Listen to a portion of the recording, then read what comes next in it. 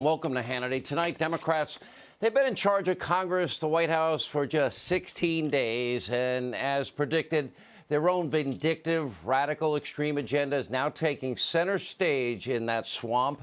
As we speak, the Biden administration now is quickly implementing AOC's insane Green New Deal agenda, destroying tens of thousands of high-paying career jobs in the process, all with the stroke of a pen, signing now 47 executive orders and actions, which is over 2.5 times more than Obama, Bush, and Clinton combined. Now, meanwhile, next week, the U.S. Senate is set to hold another pointless, vicious, unconstitutional impeachment shift show. It serves no purpose. The outcome is predetermined, other to vent their rage and to smear President Donald Trump in exile one last time. And in the House, Democrats are waging a campaign against an obscure Republican freshman lawmaker who has been on the job for 1 month and 1 day. Joe, by the way, if you're still awake, if you're still with us now, you're leading the country with great unity. We've got to give you applause for that. And tonight, during a House-wide vote, Congresswoman Marjorie Taylor Greene was stripped of all committee assignments because of things that she has said, some conspiracy theories we talked about last night that she floated before getting elected. House Democrats went ahead with their punitive measures, even though Congresswoman Taylor Greene has now disavowed her previous beliefs and conduct during an unscripted speech on the House floor today. Let's take a look. When I started finding misinformation, lies, things that were not true in these QAnon posts, I stopped believing it. And I want to tell you, any source, and I say this to everyone, any source of information that is a mix of truth and a mix of lies is dangerous. You see, school shootings are absolutely real. And every child that is lost, those families mourn it. I also want to tell you 9/11 absolutely happened. I remember that day crying all day long watching it on the news. And it's a tragedy for anyone to say it didn't happen. And so that I definitely want to tell you, I do not believe that it's fake. These were words of the past, and these things do not represent me. I'm glad the Congresswoman delivered that speech, but ultimately, for Democrats, this is not at all about Marjorie Taylor Greene, a new Congresswoman. Instead, it's a mere political ploy. The idea they want to smear all conservatives, all Republicans, as extreme conspiracy theorists. And almost every single sanctimonious Democrat that voted today, they're all guilty of the biggest hoax, the biggest conspiracy, the lies that they've told for 3 straight years. That's right, the big Trump-Russia collusion lie. They have put this country through hell for 3 years, and everything they told the American people was false. Now, working in support of the big lie, they have their allies, their press office. We refer to them as the media mob.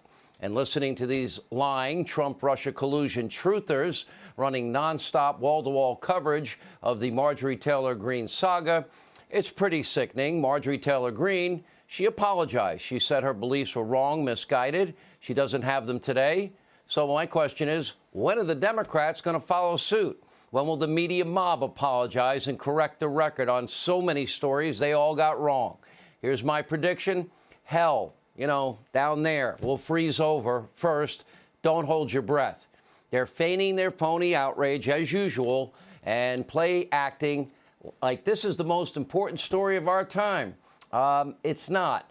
Congresswoman Greene, she doesn't set the agenda for the Republican Party the way the radical squad led by the real Speaker of the House, Congresswoman Ocasio-Cortez, does for the Democratic Party. Few people know Congresswoman Greene. I don't know a conservative or Republican that supports or condones those past beliefs that she disavowed today. The real story here is that Democrats have now opened the floodgates with an alarming new precedent.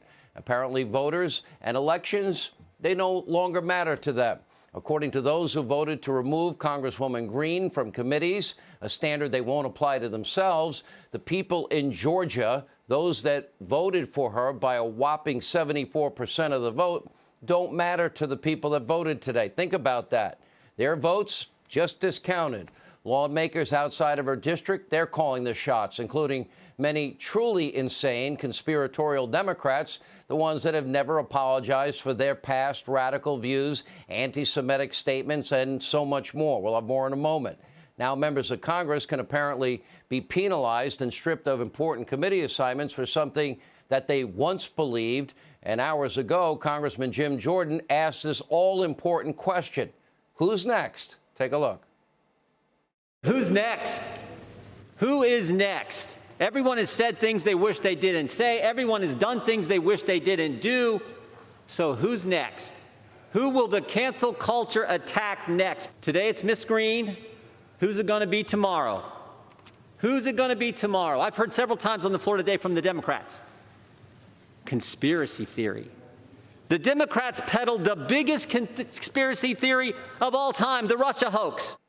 Now, come to think of it, when Republicans do take back the majority, they've got a pretty good shot from my position here in 2022. There are plenty of conspiratorial Democrats. They should be removed from their committees, right? If we apply standards equally. Every Democrat that pushed the Trump-Russia conspiracy theory, the lies, they should all be stripped of their committees if we're going to have a one-standard-fits-all. And as we pointed out last night, Congresswoman Ocasio-Cortez, she told voters that the world was going to end in 12 years. Congresswoman Omar tweeting once that evil Israel is hypnotizing the world. Speaker Pelosi, Adam Schiff, Maxine Waters, dozens of others, they all pushed the Russia lies. They openly speculated the 2016 election was rigged or stolen, while ignoring Hillary's dossier and ignoring what, we now know on the record about Christopher Steele and the source, and that this was all Russian disinformation that Hillary paid for. Never wanted to comment on the truth. They said that the president of the United States was Putin's puppet. Pretty crazy stuff. Forgetting, of course, Obama says, tell Vladimir I'll have more flexibility after the election. That doesn't even take into account their violent, inciting, insurrectionist language based on their definition that we have detailed on this program many times. So mark my words, today's political stunt, it will backfire for Democrats. And keeping with their governing theme, well, this action does absolutely nothing to improve the lives of you, the American people. This is nothing more than yet another political ploy. But by the way, don't ask them to say the Pledge of Allegiance. Why? Because at the beginning of the committee meetings, well, Jerry Nadler said that would not be necessary at his committee. Take a look.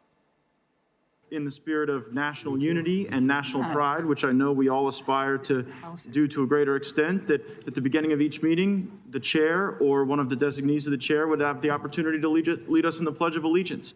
We're all aware that in these times, it's important for the country to see members of Congress working together on some things. I recognize myself to speak in opposition to the amendment. It's unnecessary.